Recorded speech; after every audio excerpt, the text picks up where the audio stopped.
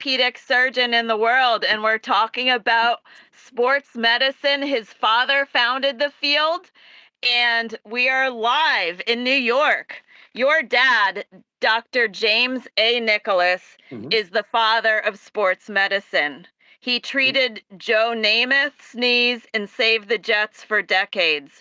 What did growing up in that household look like, and when did you realize you'd follow him into his practice? Well, when I was growing up, my father was the team physician for the Jets, Knicks, Nets, Rangers, Islanders, Yankees, and Cosmos. So I had Mickey Mantle coming to my Little League games. I had Joe Namath at my Cub Scout meetings lecturing the students. I went to the Jet games. I was on the sidelines for Super Bowls and playoff games and as a water boy. And then later on, I was lucky enough to become the Jets team physician. So it went full circle. But I was very privileged to be a firsthand viewer of all these great times in sports history. In fact, the Knicks in 1973, they won the championship, and my father was the team doctor for them, and I was on the sidelines watching them. Sometimes would be the ball boy. So I had a great childhood and great experience. That's fabulous. And did you always know you wanted to be just like your dad?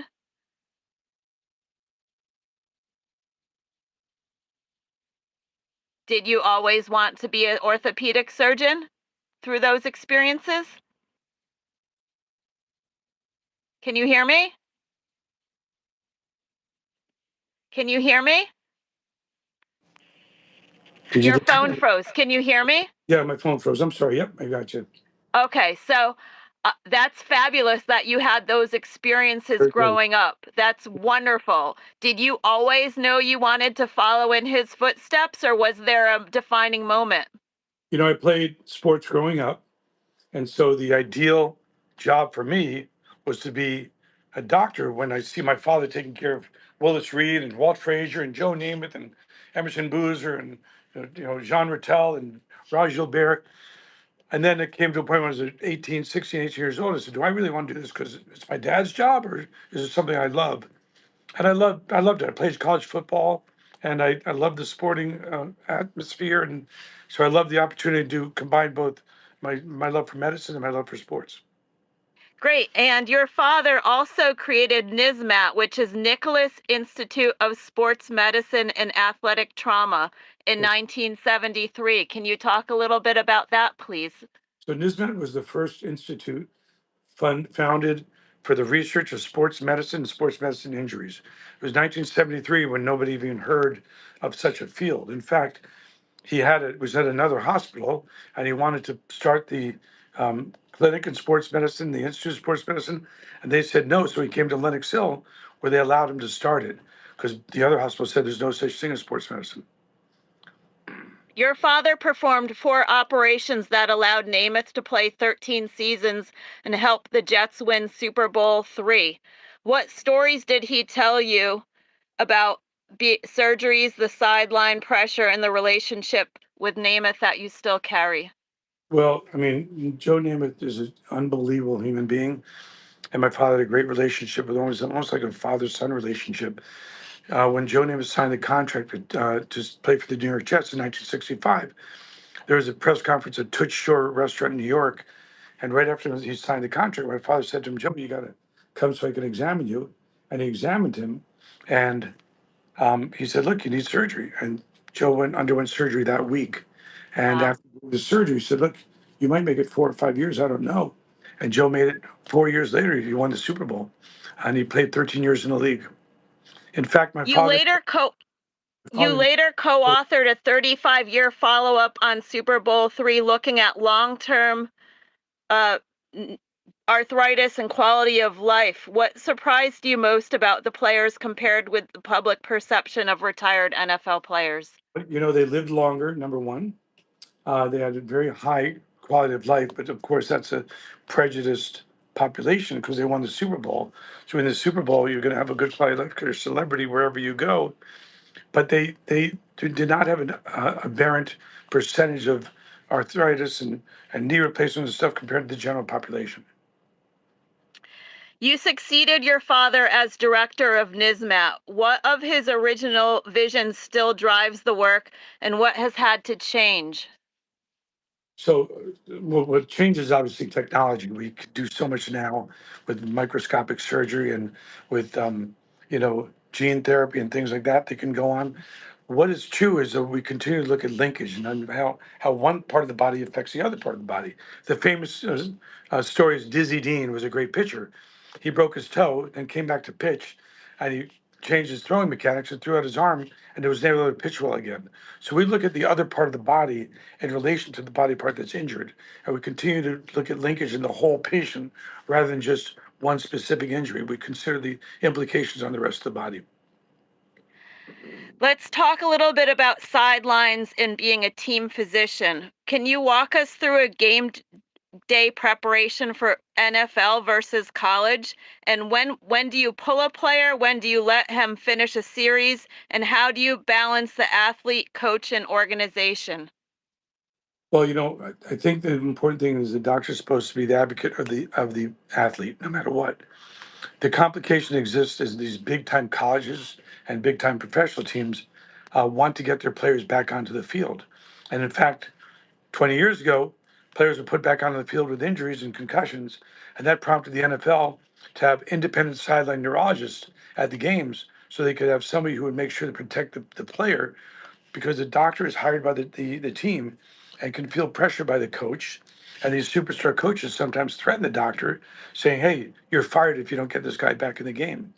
So I think that's what changed over the years. The doctor used to have complete control.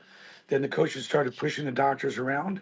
And now the doctors gain a little bit more control because these independent observers. In college and high school, it's obviously less imperative, but the big money is coming into college now. And the doctors can feel the same pressure if they want to hold their jobs.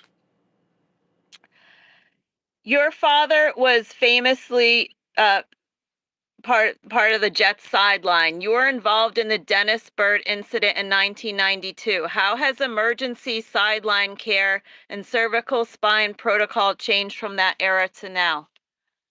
Well, Dennis broke his neck in 1994, I believe it was. And we were able to reach it to him right on the sidelines, immobilize his neck, operate him that night by putting tongs in his head to stabilize his neck. And then that following Wednesday, we did a formal operation on him. And using newer protocols, which is high dose steroids, Dennis was eventually able to walk again. So I think what's happened compared to many, many years ago, there's no bamboo bags, no spine boards. And then, we treat it like a trauma series now. We have x rays and MRIs at the stadium sometimes. We have spinal specialists. We have the ability to mobilize people, and we have nearby hospitals can take care of them. So I think the advances in medicine have improved the care for these athletes. What is the biggest difference you have seen between treating an NFL player and a college player for the same injury in terms of resources, pressure to return, medical autonomy, or long term thinking? So medical autonomy should be there for both, but obviously teams can pressure the doctor. But I would tell you the college game, it's harder to get an MRI. It's hard to get the test you want within a day or two. It can take 3 or 4 days. A professional, you get them the next day or the same day. So I think because there's so much big money in it, um, nobody worries about whether you get insurance coverage or clearance or not. They just get the test right away. So I think the pro game is faster than the college game. The college game is faster than the high school game. So an athlete who gets hurt in the pros can be evaluated and a diagnosis with an MRI done within 24 hours. Talking about injuries that define football, knees remain the signature injury of the sport and from Namath's era to today. How have ACL reconstruction, meniscus treatment, and return to play criteria changed in the NFL and NCAA since you started? Well, not since I started, but even before that, we used to make an incision this big. ACL reconstructions were uncommon. In fact, Namath had one of the first ACL reconstructions in professional football or in professional sports. It was invented for him called the 5-in-1 procedure. That was a big operation that resulted in a lot of trauma to the knee. They'd be in a cast for 6 weeks. Now it's an incision this big. The patients are walking the next day, putting full weight on it. They're beginning to ride a bike within 4 weeks, or jog in 3 to 4 months, or return to sports in 8 months with very little otherwise trauma because of the small incision and the microscopic procedures that can be done. What football injuries still worry you most as an orthopedic surgeon? Well, neck injury is number one. Um, Obviously, the most dangerous, the most uh, life-threatening. But significant knee injuries. You see dislocations. You see some terrible knee injuries on television. We can fix most of those now. So I would say acute spine injuries we still don't have a cure for, but we can take a bad knee injury and make the patients play again. We hear a lot about turf versus grass, load management, practice intensity. As an orthopedic surgeon, what moves the needle on lower extremity injury rates? There's a lot of controversy whether or not turf increases or decreases the injury rates. I'd say one thing is for sure: a bad natural grass field is not as good as a turf field because it's irregular. You get ruts in it, and they freeze, so you have irregular surfaces. The newer turf fields are softer. The research with shoe interface with the turf is progressing, so there's less kind of sticking of the shoe on the turf. So those injury rates on turf will reduce and diminish over time. And I'd say that the players feel better after playing on natural grass, but because the economies of being in a stadium and being able to put a concert on or soccer game the next day or something else like that, turf is better for the economics of the game. And so the reality is you have to study turf and make it better so you can use it. How do you evaluate an athlete for return to play? Well, we look at, first of all, the biology, how long we know it takes to heal, because there's on animal studies and studies saying a ligament might take 8 months to heal. But then even if it's healed, do they have normal range of motion, normal strength? Are they going to predispose themselves to injury by not being back to normal? So we make sure that the biology is appropriate time. We wait enough time for it to heal, and then the rest of the body's recuperated. If you could change one thing about NFL or NCAA football, the way it's practiced or scheduled, and reduce career ending orthopedic injuries, what would it be? Well, I think the beginning to understand that the head should not be used as a weapon. So, spearing's been illegal for many, many years in the NFL, but you never call it, right? The rules that protect the defenseless wide receiver have been very good for the game. And I think that I would emphasize less use of the head in tackling. Thank you. What should coaches and athletic directors and parents understand about sports medicine that they might not understand? So our job as sports medicine doctors is to get people back to the things they love to do. Sports has dangers that are impaired and implicit in them, but the benefits are significant too.